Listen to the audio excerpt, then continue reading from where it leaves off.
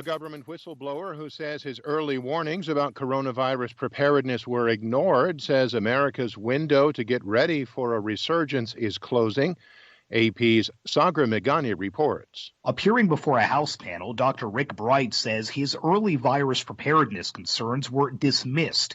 Among other things, he's worried about efforts to develop a vaccine. We need to have a strategy and plan in place now to make sure that we can not only fill that vaccine, make it, distribute it, but administer it in a fair and equitable plan. The White House has set up Operation Warp Speed to do that, and President Trump is disputing Bright's belief that it'll take longer than a year and a half to develop a vaccine. I think we're going to have a vaccine by the end of the year, and I think distribution will take place almost simultaneously. He's calling Bright an angry and disgruntled employee.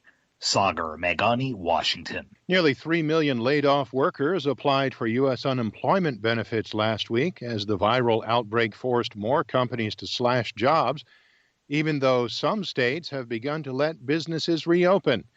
In an AP interview, Bankrate.com's Mark Hamrick says the U.S. economy could get a lot worse before it gets better. We're well above 30 million total new claims for unemployment benefits.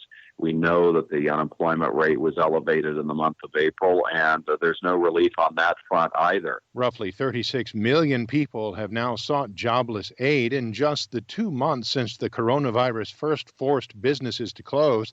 An additional 842,000 people applied for aid last week through a separate program for self-employed and gig workers. All told, the figures point to a job market that's gripped by its worst crisis in decades and an economy that is sinking into a downturn. This is VOA News. U.S. Senator Richard Burr is stepping aside as chairman of the Senate Intelligence Committee during an investigation of stock trades he made before the sharp market downturn triggered by the coronavirus pandemic.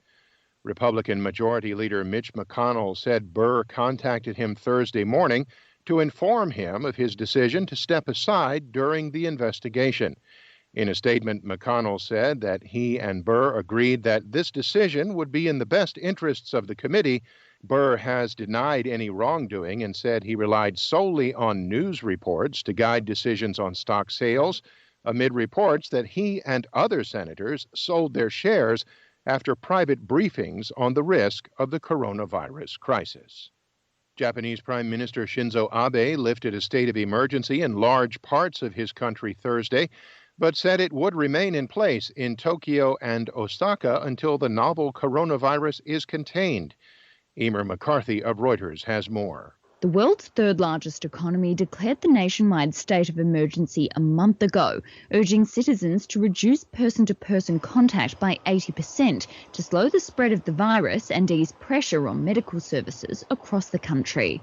While controlling the spread of the virus as much as possible by acting on the premise that the virus is all around us, will restore ordinary work and daily life. The 39 prefectures in which the emergency has been lifted account for 54% of Japan's population, but the Greater Tokyo area alone accounts for a third of the economy. Abe said experts will assess the situation for the areas under restriction next week. That's Reuters' Emer McCarthy. A vaccine to counter the new coronavirus could be approved in about a year in an optimistic scenario. That's according to an agency which approves medicines for the European Union. Lauren Anthony of Reuters has more. The European Medicines Agency is in communication with 33 developers. And its head of vaccines, Marco Cavalieri, says it's doing all it can to speed up the approval process, but that he was sceptical of claims any could be ready by September. He ruled out the possibility of skipping the third phase of a vaccine trial, which he said was necessary to ensure a vaccine was safe and effective. The EMA is also investigating 115 different therapeutics for the coronavirus. Cavalieri said some of those treatments could be approved in Europe as early as this summer, though he did not specify which. That's Reuters' Lauren Anthony. For more, visit our website, VOA News.